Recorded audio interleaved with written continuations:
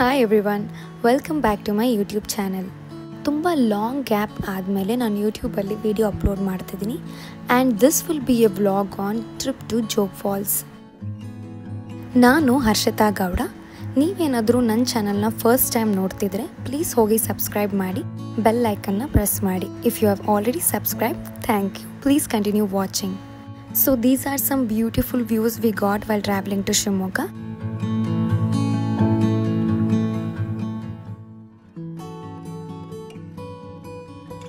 ಇನ್ನೇನು Jog falls reach ಆಗ್ತಾ ನಮಗೆ ಶರಾವತಿ ಡ್ಯಾಮ್ ಸಿಗುತ್ತೆ. Trust me, this looks so beautiful, like really beautiful, and this will be the water which will divide into Raja Rani Roller Rocket in Jog Falls.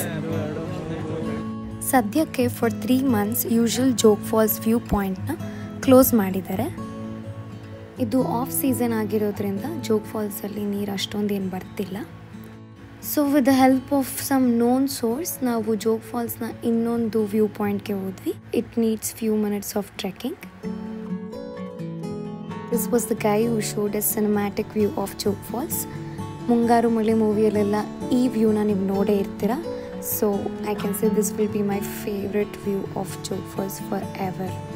ಸ್ವಲ್ಪ risk ತೊಗೊಂಡು ಆ peak ಹತ್ರ ಹೋಗಿ ನೋಡಿದ್ರೆ ಈ ಥರ ವ್ಯೂ ಕಾಣಿಸುತ್ತೆ. Trust me, it was breath taking.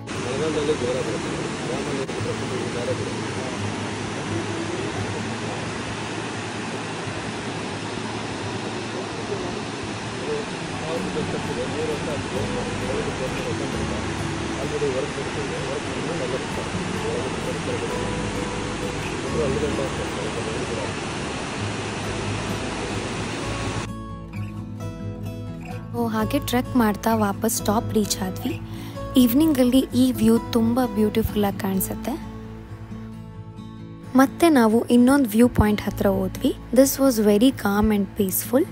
ನೀವು ಇಲ್ಲಿ ವಾಟರ್ನ ಕೂಡ ಟಚ್ ಮಾಡ್ಬೋದು and you can sit and chill for some time.